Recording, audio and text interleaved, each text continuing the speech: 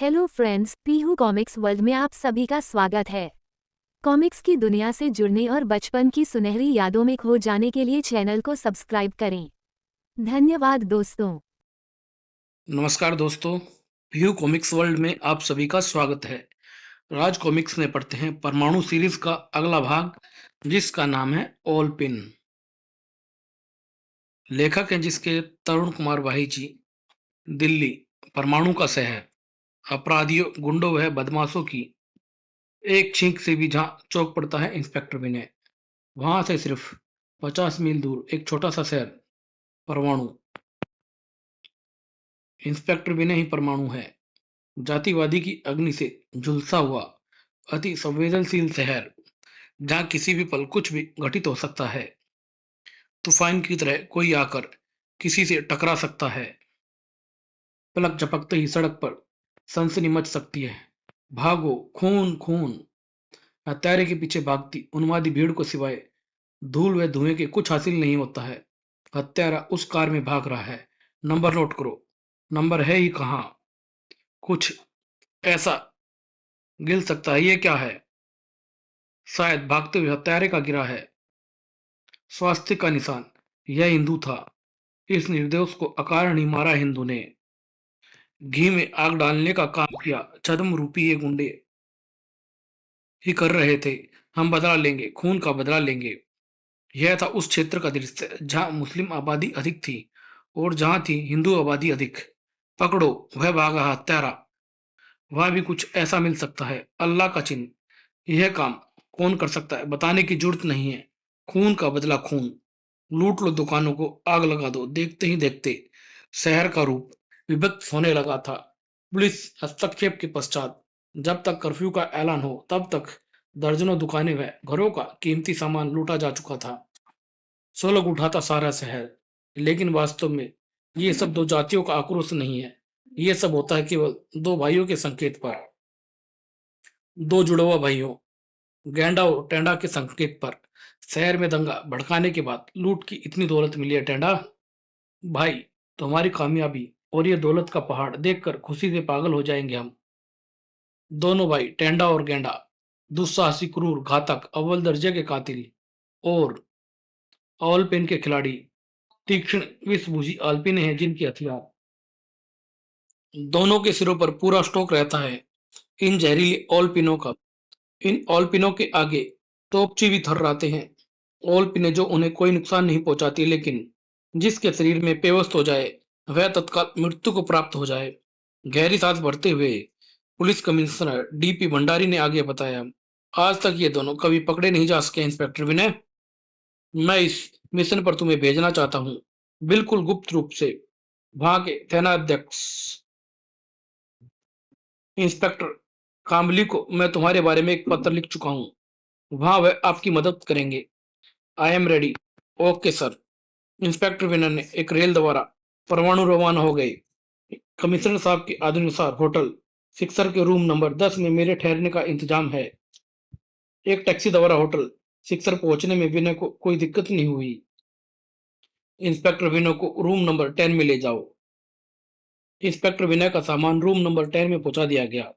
कुछ चाहिए sir? No, nothing. जब जरूरत होगी खुद मांग लूंगा मैं आप लोगों से। कुछ देर आराम करके सफर की थकावट उतारूंगा। और इंस्पेक्टर विनय की इसी हरकत ने उसे उछलने पर मजबूर कर दिया था। Oh no! हाथ के एक झटके से उसने उस भयानक विषैली मकड़ी को दूर उछाल फेंका। उफ! यह मकड़ी यहाँ कैसे पहुंची? अगर ये काट लेती तो सुबह का सूरज देखना नसीब नहीं होता मुझे। यह हरकत निसंदेह किसी ने मेरी हत्या करने के लिए की है। मगर किसने? इंस्पेक्टर कामली के अलावा ऐसा कौन है यहाँ जो मेरे बारे में जान गया है? मगर कैसे? अगले दिन, आइए इंस्पेक्टर कामली, मैं आपका ही इंतजार कर रहा था। इसे देखिए, ये तो मकड़ी है सर। ये साधारण मकड़ी नहीं है।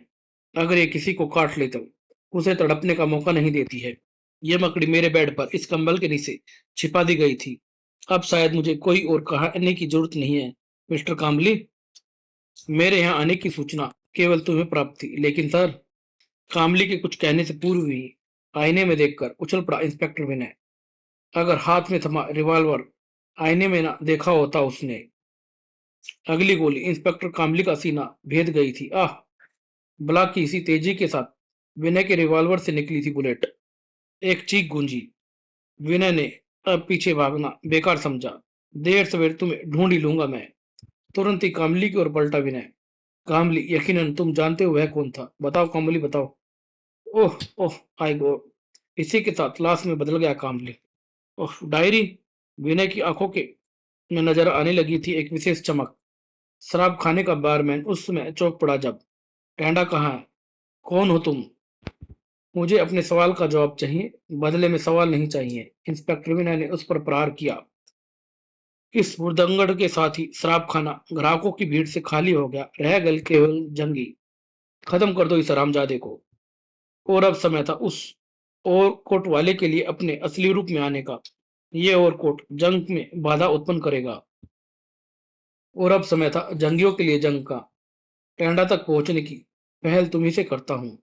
परमाणु का जबरदस्त प्रहार। परमाणु के फौलादी जिस्म से टकराकर लोहे की छड़ तक टूट जाती है। फिर रॉकी की क्या बिसात! उस फौलादी जिस्म के गुस्से का स्वाद उसे चखने वाला ही जान सकता है।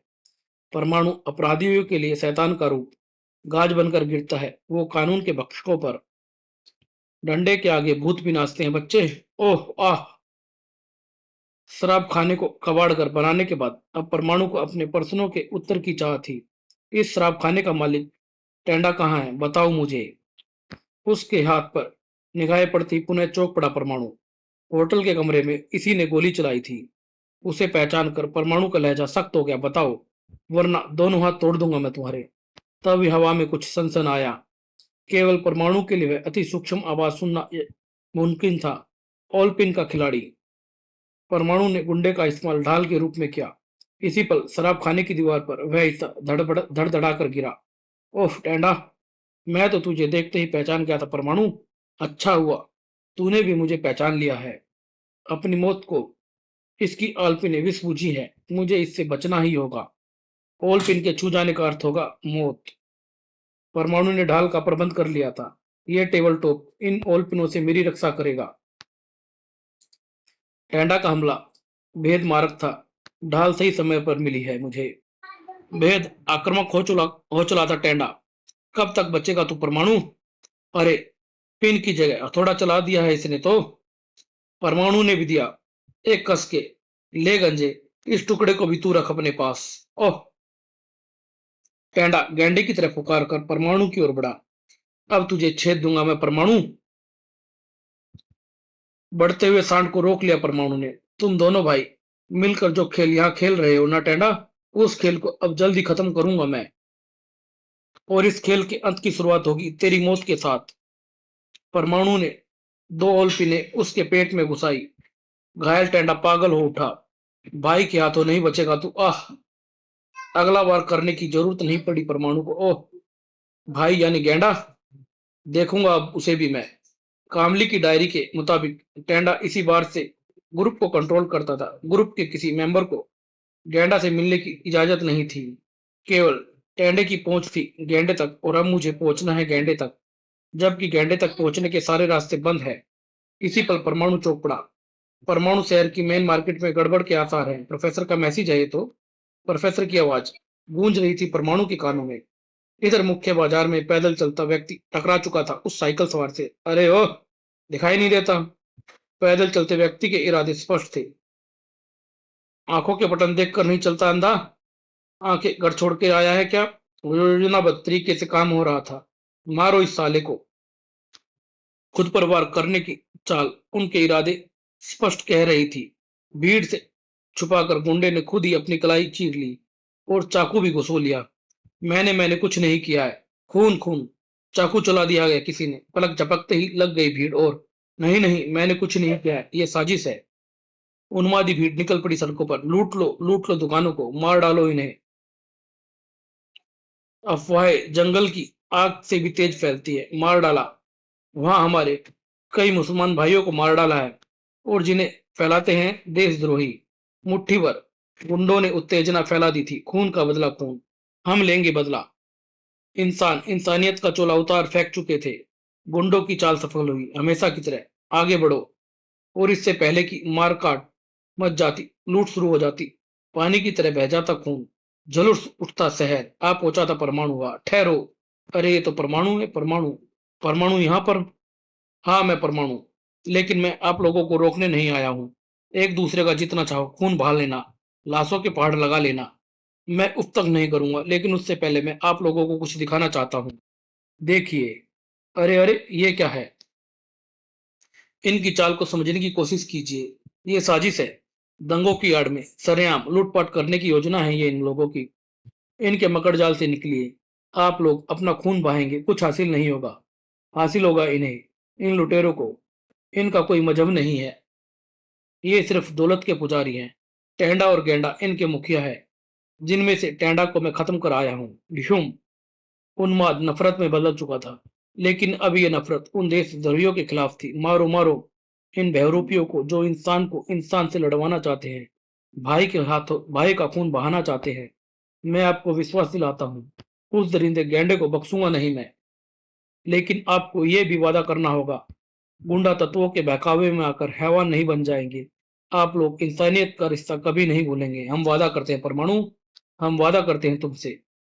परमाणु को सैकड़ों लोगों ने विदा दी। शीघ्र ही गैंडा की मृत्यु का समाचार आप लोगों को मिलेगा।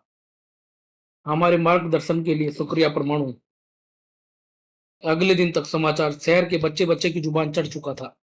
टेंडा की लाश लाल चौक पर रखी गई है, ताकि उसे चील को वे नोच नोच कर खा सके। मैं भी देखूंगा उस कमीने का हश्र। लाल चौक पर मंडरा रहे थे असंख्य चील और कौवे। इस कमीने का यही हाल होना चाहिए। हर ऐसे व्यक्ति का यही असर होना चाहिए। गैंडा तिलमिला उठा यह समाचार सुनकर। आग भुनना उठा उसका चेहरा। गैंडा परमाणु को जिंदा नहीं छोड़ेगा। गैंडा अपने निजी हेलीकॉप्टर पर सवार हो चला लाल चौक की ओर। पहले भाई की लाश की को दुर्गति से बचाना होगा मुझे। परमाणु को भयानक मौत दूंगा मैं। टेंडा की लाश की दुर्गति देख क्रोध से कांप उठा गैंडा। टेंडा की मौत और उसके बाद उसकी लाश की दुर्गति का भयानक बदला लूंगा मैं। लाशों को बिछा दूंगा कदम कदम पर मैं। स्टेन गन नजर आने लगी उसके हाथ में। बारिश में इतनी बूंदें नहीं बरसी होंगी जितनी गोलियां बरसेंगी अब यहाँ पर। लेकिन क्या गैंडा का ये सपन इतनी आसानी से पूरा हो जाना था? मुझे इसी पल का इंतजार था गैंडा। इसलिए टेंडा की लाश का सार्वजनिक प्रदर्शन कराया था मैंने। गन का पाइप मोड़ दूंगा तो गोली क्या तेरे मुंह से निकलेगी? ओह परमाणु, तुम यहाँ? जितनी गोलियां तू बरसाने का इरादा रखता है ना गैंडे, अब तक इतने मुक्के परमाणु चलाएगा तुझ पर। डिशुम डिशुम। तुम दोनों भाइयों का खेल खत्म करने ही मैं यहाँ आया हूँ गैंडे। अब खेल खत्म ही हुआ समझो। तू यहाँ मरने आया है परमाणु, मेरे हाथों मरने आया है। तभी एक भयानक झटका लगा हेलीकॉप्टर के पंखों को, और पंखा कई टुकड़ों में बिखर पड़ा। और इस तरह चील का भी काम कीमा बन गया था। हेलीकॉप्टर पर कटे पंछी की तरह जमीन की ओर बढ़ा। देखा गैंडा, अगर मैं चाहूं तो तुम्हें मरने के लिए ही छोड़कर बाहर कूद जाऊंगा, लेकिन वह मौत तुम्हारे लिए एक आसान मौत होगी। जमीन से टकराकर हेलीकॉप्टर के परखचे उड़े। परमाणु ने जमीन से कुछ ऊंचाई पर ही गैंडे को छोड़ दिया था। आह! अगले ही पल दोनों आमने सामने खड़े थे। परमाणु, मुझसे मुझे बचाकर तूने अपने जीवन की सबसे बड़ी गलती की है। यह छोटी सी चीज बहुत भयंकर सिद्ध होगी अब तेरे लिए। दोनों भाइयों को ही विशेषता है ये आल्पिने। परमाणु ने हाथ बढ़ाकर आल्पिनो को रोका। गैंडे के इस बेकार को बेकार करने में परमाणु को दांतों तले पसीना आ गया था। परमाणु, एक भी पिन तुझे जहन्नुम भेज सकती है। अपने सिर को ओल्पिनो का गोदाम बना रखा है कमबख्त ने। सिर पर पहने रहते हैं कमबख्त विग। सिर और विग के बीच है केविटी यानी खाली जगह, जिसके कारण इन तक ओल्पिनो का जहर नहीं पहुंचता है। एक साथ फेंकी सैकड़ों ओल्पिनो से कैसे बचेगा बच्चे? परमाणु की तरफ लपकी सभी। उफ! बाल बाल बचा। यह पत्थर कोई कमाल दिखा सकता है। परमाणु ने एक ठोकर मारी। पत्थर ने कमाल दिखाया, जो जा टकराया गैंडा के सिर से। परमाणु ने देर नहीं की। जितने बार करने थे तूने कर ली गैंडा, अब मेरी बारी है। परमाणु ने उछाल फेंका गैंडा को। डिशुम! परमाणु का आक्रोश उसकी रग रग में उतर आया। गैंडा, अपनी अंतिम सांस भर ले, क्योंकि मेरे अगले वार के बाद तू सौ सांस लेने के काबिल नहीं रहेगा, और देश के हित के लिए तेरा ये अंत आवश्यक है गैंडा। परमाणु का व्यवहार गैंडे के लिए अंतिम वारी साबित हुआ। धड़ाम डिशुम! आह! तभी चौंक पड़ा परमाणु। ओह, ये शोर कैसा है? परमाणु जिंदाबाद, परमाणु जिंदाबाद। सचमुच परमाणु, तुमने अपना वादा पूरा कर दिखाया। आज से इस नगर का नाम परमाणु की जगह परमाणु रखा जाएगा। परमाणु, वाह! परमाणु ने भी तो बचाया है इस शहर को, वरना राख ही बचती यहाँ एक दिन। इधर परमाणु उड़ा जा रहा था वापस सिक्सर की ओर, जहां से उसे इंस्पेक्टर विनय का रूप में वापस लौटना था। प्रोफेसर टेंडा और गेंडा की मौत के बाद अब यहाँ के लोगों ने एक दृढ़ विश्वास सा पैदा हुआ है। एक दिन यही विश्वास पूरे भारत में पैदा होना चाहिए। परमाणु, इंस्पेक्टर विनय के रूप में परमाणु ने गेंडा व टेंडा की लाशें हिरासत में ली। अब दिल्ली पहुंचकर कामयाबी की सूचना देनी होगी कमिश्नर साहब को। और परमाणु के एक और कारनामे के साथ यह अंक यहीं समाप्त। धन्यवाद दोस्तों।